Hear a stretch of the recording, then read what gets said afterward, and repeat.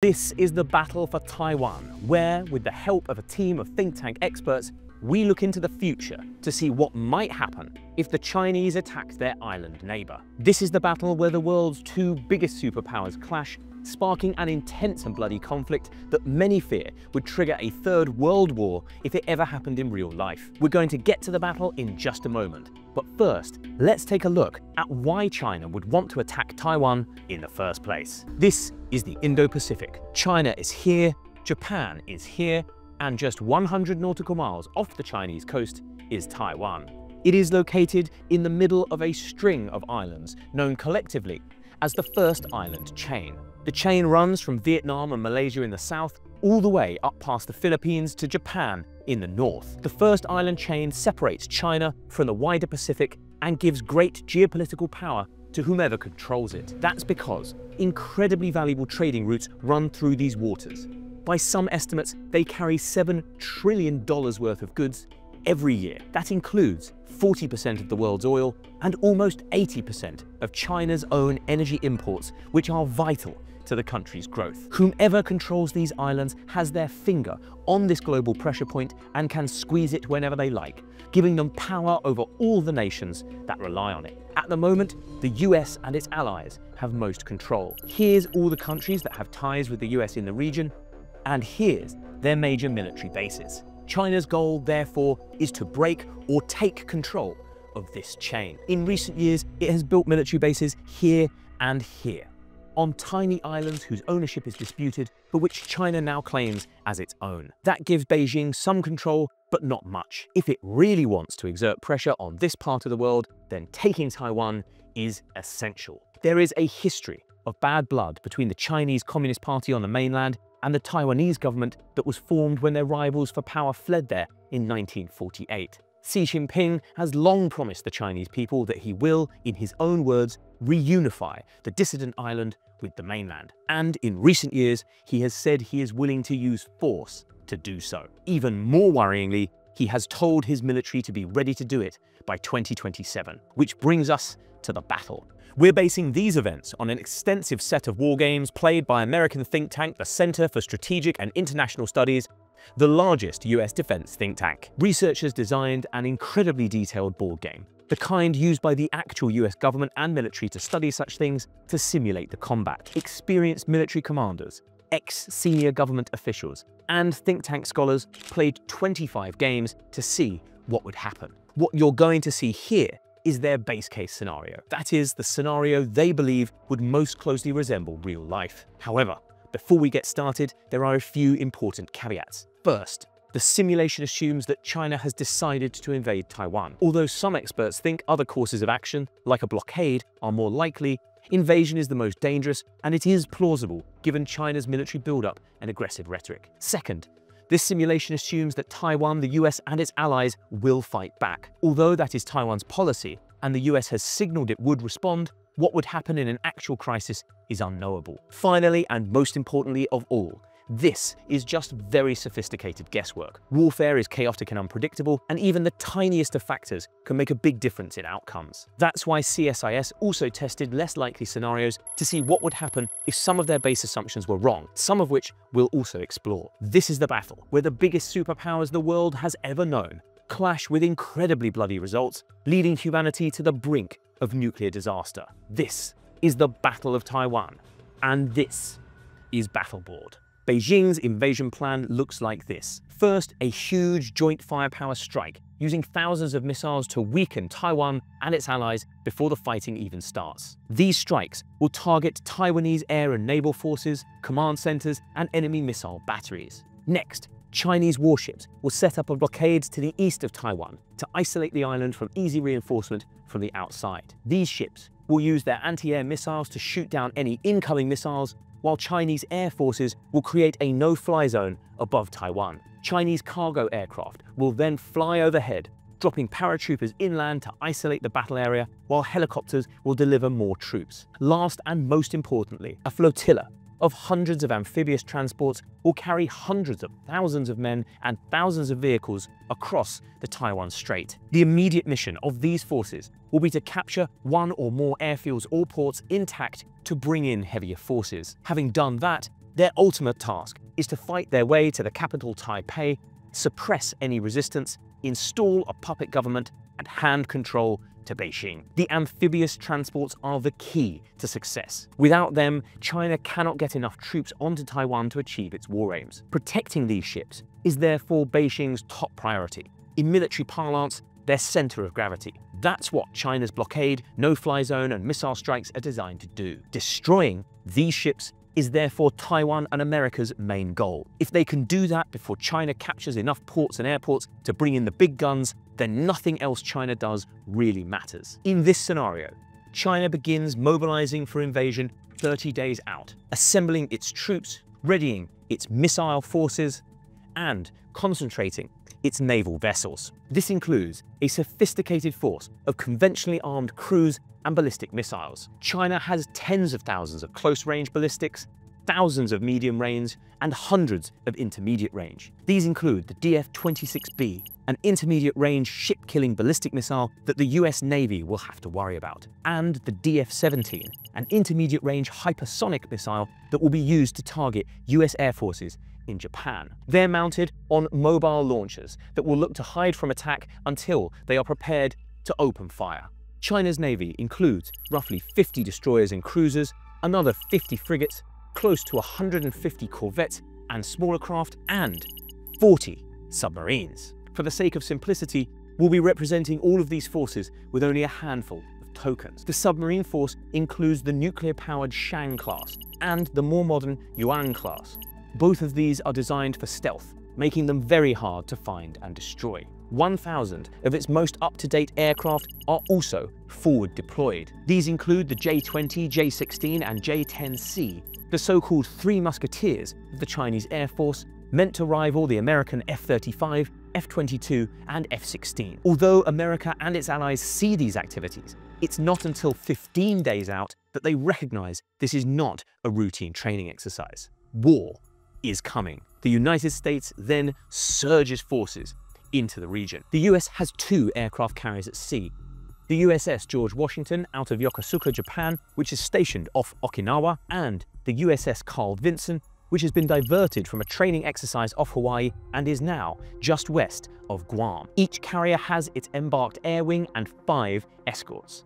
The 70 aircraft in the air wing protect the carrier and can strike the Chinese Navy with long-range anti-ship missiles. The escorts will protect the carriers from hostile missiles, aircraft, and submarines, and can strike Chinese ships with their long-range Tomahawk 5 missiles. 2 surface action groups, 6 Arleigh Burke-class destroyers in all, are operating off of Okinawa. These destroyers have long-range radars, hundreds of anti-ship and anti-air missiles, guns, electronic warfare devices to spoof Chinese missiles, and anti-submarine torpedoes. 1 submarine squadron, led by the USS Minnesota, is already in the Taiwan Strait, waiting for the invasion fleet. These are primarily ship killers, armed with torpedoes and anti-ship missiles. 4 more submarines form a barrier along the first island chain to intercept any Chinese submarines trying to break out into the wider Pacific. Operating independently near Taiwan is the massive guided missile submarine USS Michigan, with 154 land attack and anti-ship missiles. These subs will soon be joined by another 4, which are high-tenure across the Pacific and are now just at Guam. Then there's US Air Forces, spread out across bases in Japan, South Korea, Guam, Alaska, and Hawaii, are 500 fighters and fighter attack aircraft. These are a mix of latest generation F-35A stealth fighter bombers and new F-15EXs, along with older F-15Es and F-16Cs and F-22A Raptors designed to protect them from enemy aircraft. Meanwhile, 14 long-range B-52 bombers are deployed to Guam, another 14 B-1 bombers to Alaska, and 7 stealth B-2 bombers stand ready to fly all the way from the continental United States. 100 KC-46B and KC-135R aerial tankers are spread out across the theater to help the bombers and strike aircraft deal with the vast distances of the Pacific. These are joined by 250 fighters from the Japanese Air Force, flying a mixture of F-15s, F-35s, and F-2s, a locally made variant of the F-16. On Taiwan, there's a total of 140 F-16 fighters, 50 Mirage 2000s, and 130 F-1 indigenous fighters. Taiwan also has 5 attack submarines, though only one of these is modern, 4 destroyers, and 22 smaller frigates in its navy. Waiting ashore for the invasion force are 115 Taiwanese combat battalions, infantry, armor, artillery, engineers, and attack helicopters. This includes 1 ATACMS battery, capable of striking any target on the island and some in China. In total, this allied force comprises 270,000 troops, 70,000 American, 30,000 Japanese, and 170,000 Taiwanese. That's compared to around 350,000 Chinese troops in the landing force alone. But for an operation of this size, Beijing is likely to mobilize the entire military, which stands at an astonishing 2 million men. Here's a close-up view of Taiwan, and here's the forces we just saw deploy to the region. The invasion begins with a massive Chinese fire strike. Thousands of missiles unleashed from mobile batteries targeting the entirety of Taiwan's Navy and Air Force. The strike wipes out virtually every ship and aircraft Taiwan has before they can even enter the fight. The 84 aircraft that do survive are protected in underground bunkers, but these are buried and have to be dug out, meaning they're inactive at this stage of the battle. Whilst the dust is settling from this attack, 58 Chinese surface ships and 2 aircraft carriers sail out into the Pacific and establish a picket line to the east of Taiwan.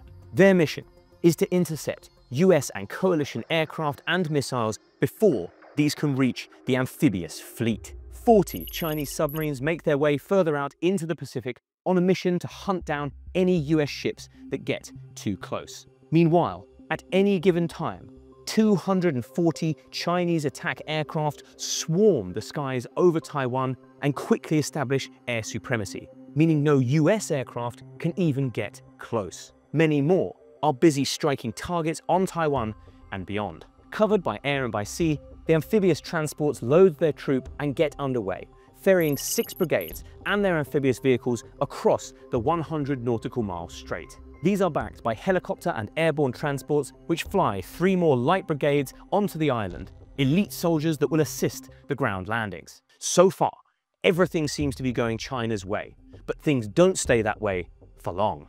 We're back in the wider Pacific. Here's Taiwan, and here's the Chinese forces we just saw deploy around the island.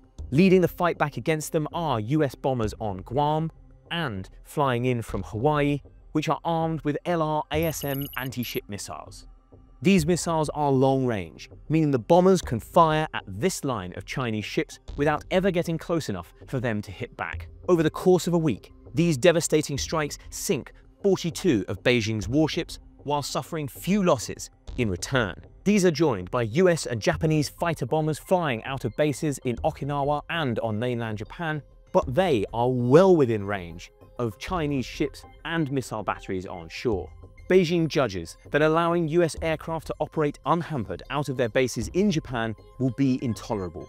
Knowing that any attack on Japanese territory will bring Japan into the war, they decide to strike Japan broadly rather than carry out a limited strike. Beijing launches a salvo of 500 missiles against Japan's major airfields, wiping out around 200 American and Japanese aircraft on the ground. Next up are US naval forces, which steam towards the first island chain, but are met by Chinese attack submarines and a salvo of missiles coming the other way. The USS George Washington and half its support ships are sent to the bottom of the ocean, along with 4 Arleigh Burke-class destroyers. The USS Carl Vinson is also targeted and damaged, losing half its air wing in the process. This forces America to withdraw its surface fleet back to the waters east of Guam, where they are outside most missile ranges. China sends its submarines after them, but American submarines hit back, sinking 2 of them in the process. Japan's subs also join in, sinking another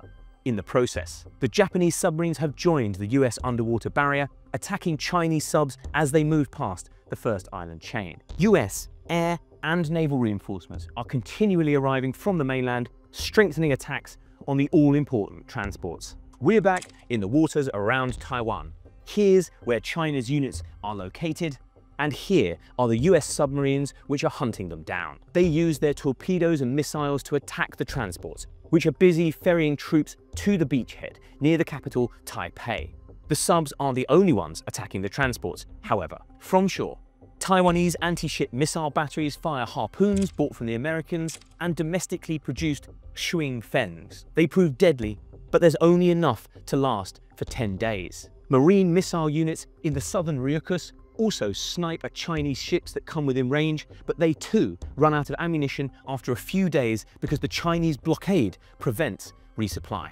Within approximately 2 weeks, the Chinese have lost half their transports, even after deploying clever decoys to soak up some of the incoming missiles and torpedoes.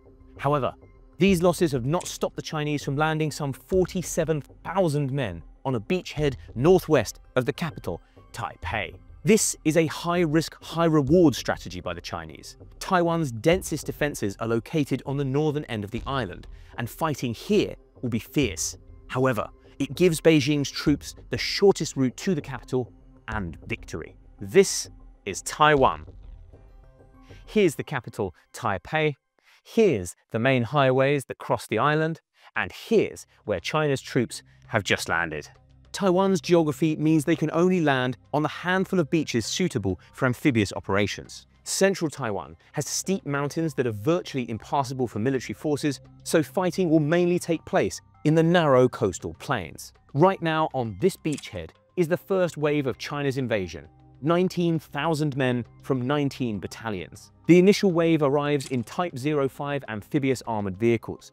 These have been purpose-built for this mission, with powerful water jets to get soldiers and assault guns quickly from the large amphibious ships onto the beach. Once the beach is secure, follow-on units in more heavily armed non-amphibious vehicles can arrive and begin pushing towards Taipei. Between them and their objective are 48 combat battalions of the Taiwanese Northern Army Corps. They're in defensive positions that the Taiwanese have been preparing since 1949. Mines and entanglements on the beaches, infantry behind that, artillery to support the infantry, and tanks, mechanized infantry, and attack helicopters in reserve for counterattacks. The infantry is armed with M4 carbines and FM machine guns. Tanks are variations of the US M60, which went out of US service in the 1990s. Artillery is a mixture of 105 and 155mm howitzers like the M109. In total, around 43% of Taiwan's combat power is located here. The rest is spread out to guard against Chinese landings elsewhere, mostly along the west coast, and just a handful of units on the more distant and rugged east coast. Taiwan knows that invasion beaches are limited, and China needs a port or airfield, so units are concentrated there. Once Taiwan knows where the main Chinese attack is landing, they rush some of these forces to help secure the beachhead. However, they must keep substantial forces in place to guard against the possibility of a second landing. Beijing controls the skies and hammers all these highways, meaning none of these troops can move quickly. Intensive cyber attacks also hamper Taiwanese communications, meaning units struggle to coordinate with each other until workarounds are put in place. All of which means that, for the first 3 days, these troops in the north are left without reinforcement. Their first move is to disable all friendly ports and airports near the invaders so the Chinese can't use them to increase the pace of their air and sea landings. The Americans use land attack missiles to hit the Chinese troops. Because Beijing's warplanes control the skies, all incoming American missiles must be launched from a long distance, and many of them are shot down. Despite this, the Chinese make progress, and over the course of a week, manage to push 6 miles inland. Their progress is slow because beyond the beaches are narrow passes and tunnels through hills, several rivers, and dense urban terrain.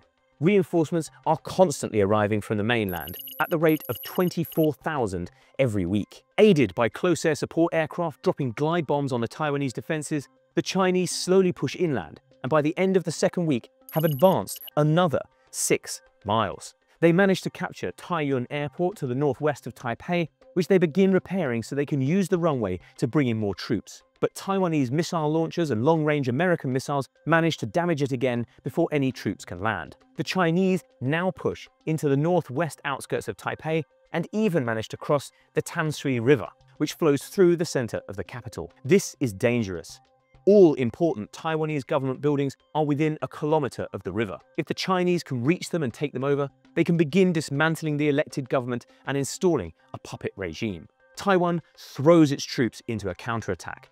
Backed by 300 guns, they succeed in destroying the bridgehead. All Chinese troops are now stuck on the other side of the river. With the northern offensive stalled, China tries a second landing in the south.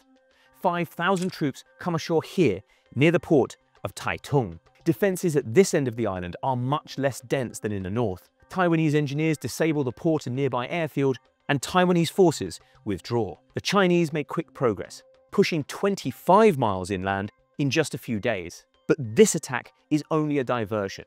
China is trying to force Taiwan to pull troops away from the north and towards the south, allowing the main attack to get moving again. The Taiwanese realize this, and so draw soldiers only from their central and southern garrisons to block this assault. This tactic proves a success, and the second Chinese offensive stalls here. Beijing's army is now in serious trouble. With half its transports at the bottom of the strait, fewer and fewer soldiers are making it onto the island. Where the ships could bring 24,000 troops in the first week, they can now land just 8,000 troops in the same amount of time. Most of the dwindling transport capacity is taken up ferrying ammo and fuel to those already on the island. And all the while, they're under attack from the Americans and the Japanese. We're back in the Taiwan Strait. Here's where we left the battle, and here's the two Chinese forces that have made it onto the island. We're 3 weeks into the war at this point, and events are starting to swing against the Chinese. American subs remain in the Taiwan Strait and are busy hunting down the surviving amphibious transports. China can pick off a submarine here and there, but its anti-submarine defenses are overwhelmed. It is so short on amphibious ships that it begins commandeering civilian ferries to help. These are less effective as transports, but they're better than nothing. Beijing is also slowly losing control of the air. What remains of Taiwan's air force after the initial salvo of missiles finally gets airborne and starts challenging the Chinese jets. America, meanwhile, is rushing jets from the mainland into Japan. They attack the Chinese transports with missiles and contest control of the air. To stop them, Beijing launches more missiles at American bases in Japan, destroying scores of US and Japanese aircraft on the ground. But it is running out of missiles faster than the US is running out of planes. Despite inflicting punishing losses, China cannot wipe these air forces out. More US aircraft flow in, though the United States is forced to strip all available aircraft outside of Europe to do so. Events at sea are also beginning to turn against Beijing. Here's where we left this battle. US surface ships suffer one more blow. The USS Carl Vinson, having been lucky to survive a strike weeks ago, is struck again and burns furiously. The reactor is breached, and radioactive materials spread throughout the engineering spaces. The ship will be radioactive for decades, so the group commander decides to scuttle it. 4 torpedoes are needed to send it to the bottom. However, China is now as low on anti-ship ballistic missiles as it is on land attack missiles. With the threat of Chinese missiles diminished, the US and its allies move in for the kill. First, all the warships that have been kept at bay near Guam steam cautiously back towards Taiwan, attacking the remnants of the Chinese picket with long-range Tomahawk missiles. With the naval crisis past, American jets attack Chinese aircraft over Taiwan, and the airspace is now contested. China has only about 20% of its amphibious capability left. Civilian ships cannot substitute for the specialized amphibious ships that were sunk during this month-long conflict, all of which spells disaster for the Chinese troops on Taiwan. There are now so few transports that no new units are arriving on the island. Those remaining are busy ferrying supplies to those already on Taiwan, but even that effort is failing. These units are now undermanned, undersupplied, and facing attacks from the air. The Chinese have no choice but to stop all their assaults and go over to the defensive. This brings the war to its most dangerous point. Beijing now has 2 options: accept defeat and surrender, or resort to nuclear weapons in order to break the deadlock. Both options are fraught with danger. Giving up means thousands of Chinese troops become prisoners. It makes Xi Jinping look weak, means that all these deaths were for nothing and may even threaten Communist Party rule. Using nukes against the Taiwanese may well allow Beijing to take the island, but it would take dozens of weapons to ensure battlefield success. This risks uniting the world against the Chinese and could see the battle spiral into a third world war. That's where the base case simulation finished. The conflict has been short but incredibly bloody. Thousands of ships and aircraft and hundreds of thousands of men are gone in just under a month of warfare. But unless Beijing is very lucky or willing to use nuclear weapons, it is unlikely to succeed. However, CSIS also explored excursion cases, scenarios they viewed as less likely but still feasible and which would have a strong bearing on the outcome of the war. First is the possibility that America is unable to use its bases in Japan to carry out attacks on the Chinese.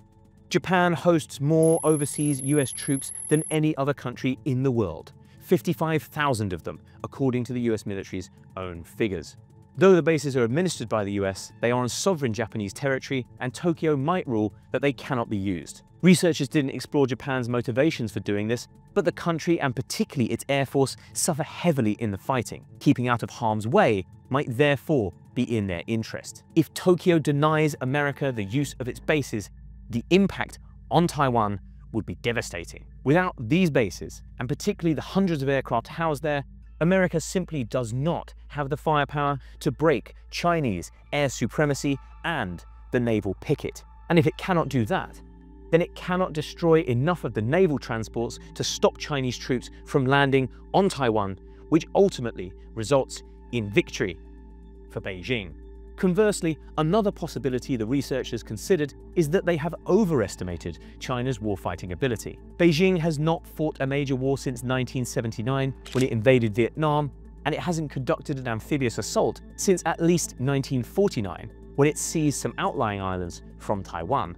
The fighting ability of China's army is therefore totally untested in modern warfare. Its current leadership has no experience conducting major campaigns, and its soldiers have never seen real combat. While the weapons at Beijing's disposal are formidable on paper, it will rely on the know-how of its people to translate that capability into real-world capacity. If inexperience leads to much of that power being lost in translation, then the war may be even shorter-lived and far less bloody for the American coalition than had been anticipated. The final scenario that CSIS considered is when and how China might employ its nuclear weapons in the war. This involved a whole new set of wargames which were played out 15 times. In 7 of these games, the Chinese team decided to use nukes when they were facing conventional defeat, i.e. in this scenario we just witnessed. Fearful of provoking an overwhelming response from the US, the Chinese players most commonly targeted Taiwanese troops rather than US air bases, ships, or the American mainland. Because the Chinese team saw this as a high-risk move, they generally didn't mess around with a small number of nukes, instead using dozens of them at a time. This produced heavy casualties on Taiwan, ranging from 6,000 soldiers and 80,000 civilians at the low end, to 40,000 soldiers and 350,000 civilians at the high end. For context, the US bombings of Nagasaki and Hiroshima in World War II caused 80,000 casualties total.